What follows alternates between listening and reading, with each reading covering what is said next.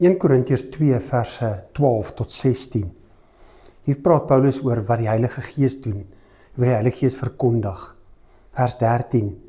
Dit verkondig ons ook, wanneer ons met die Heilige Gees vervul is. Nie met geleerde woorde, wat die menslike wysheid ons leer nie, maar met woorde, wat die Gees ons leer.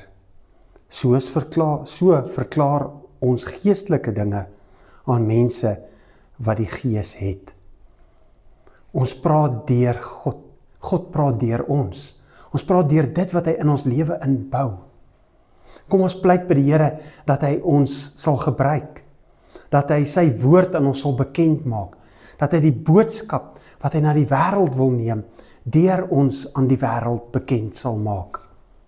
Kom ons dank die Here dat hy daardie Gees eerstens in ons lewe laat posvat het, sodat ek, 'n gewone mens, deur gewone woorde tot bekering in God kon kom.